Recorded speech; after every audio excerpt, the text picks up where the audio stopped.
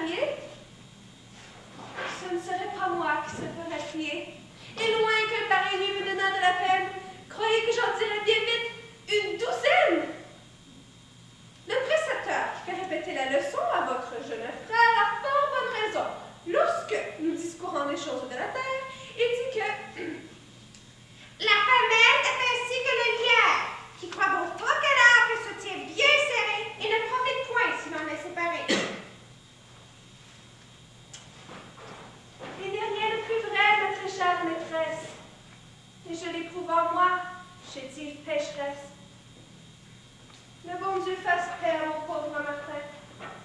Mais j'avais le vivant, le teint d'un chérubin, dans mon poing merveilleux, l'œil gai, l'âme contente, et je suis maintenant ma commère dolente.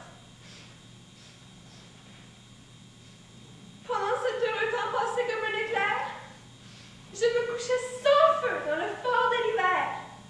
Sécher mes draps me semblait ridicule, et je tremble à présent dans la canicule.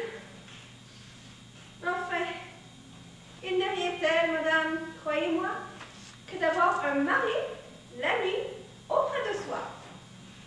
Ne fût-ce que pour l'heure d'avoir qui vous salue, Dieu vous soit en aide, alors qu'on éternue. Peux-tu me conseiller de commettre un forfait, d'abandonner Lélie et de prendre ce mal fait? Votre Lélie au cinéma, quoi qu'une bête, puisque si hors de corps ce voyage à l'arrête, et la grande longueur de son éloignement me l'a fait soupçonner de quelque changement. Ne m'accable point par ce triste présage. Vois attentivement les traits de son visage. Il jure à mon cœur d'éternelles ardeurs. Je veux croire, après tout, qu'ils ne sont pas menteurs. Et comme que c'est lui que l'art est la présente, il conserve à mes feux une amitié constante. Il est vrai que ces traits marquent indignement, et que vous avez lieu de l'aimer tendrement. Et cependant, il faut... Soutenez-moi! Madame, vous pourrez venir. Bon Dieu! Un peu! Hé! Vite! On a quelqu'un! Qu'est-ce donc? Me voilà! Ma maîtresse demeure. Quoi? Ce n'est que cela? Je croyais tout perdu de crier de la sorte. Mais approchons pourtant. Madame, êtes-vous morte? Je vais faire venir quelqu'un pour l'emporter. Veuillez la soutenir.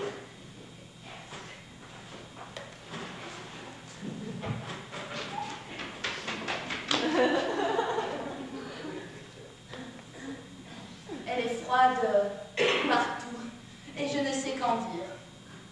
Approchons-nous pour voir si ça vous choque, c'est bien.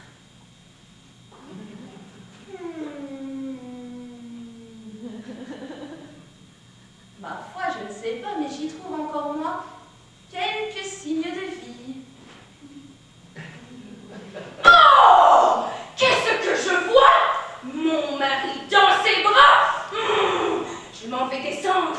Il me trahit sans doute et je veux le surprendre. Il faut se dépêcher de l'aller secourir. Certes, elle aurait tort de se laisser mourir. Aller en l'autre monde et bien prendre ce qu'ils, tant que dans celui-ci, l'on peut être de mise.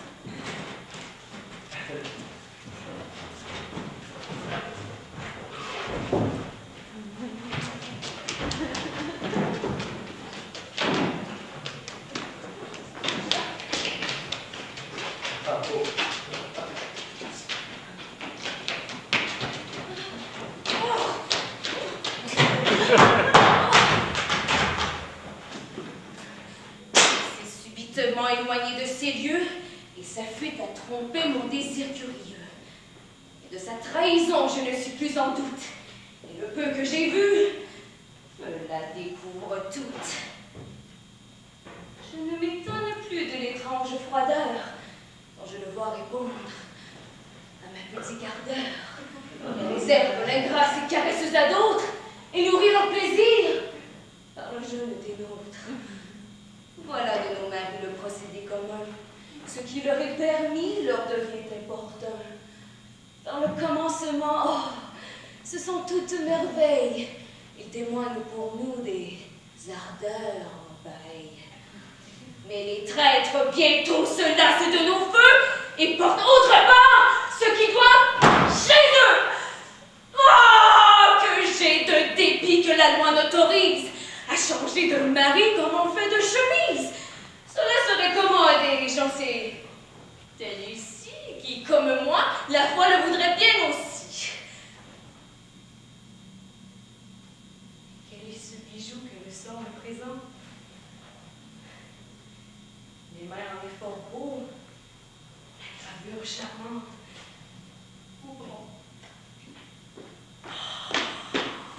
On la croyait morte, mais ce n'était rien. Il en faut plus qu'autant, elle se porte bien. Mais j'aperçois ma femme. Bien sûr. Et voilà un bel homme, une peinture. Que considère-t-elle avec attention?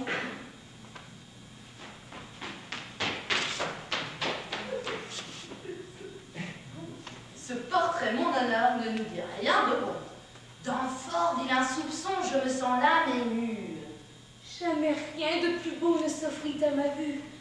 Le travail plus que l'or sont encore prisés. Oh, que cela sent bon! Quoi, peste le baiser argentin! Avouons qu'on doit être ravi quand d'un homme ainsi fait on se peut voir servir. Et que, si l'on comptait avec attention, le penchant serait grand à la tentation. Oh, que n'ai-je un mari d'une aussi bonne mine, au lieu de mon palais, de mon rustre. Ah, Mathilde!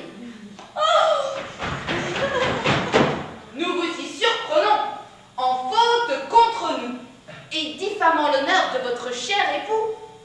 Donc à votre calcul, ô ma trop digne femme, monsieur tout bien compté ne vaut pas bien madame, et de par Belzébuth qui vous puisse emporter, quelle plus rare partie pourriez-vous souhaiter? Peut-on trouver en moi quelque chose à redire? Cette taille, ce pauvre, hein, que tout le monde admire, ce visage si beau à donner de l'amour,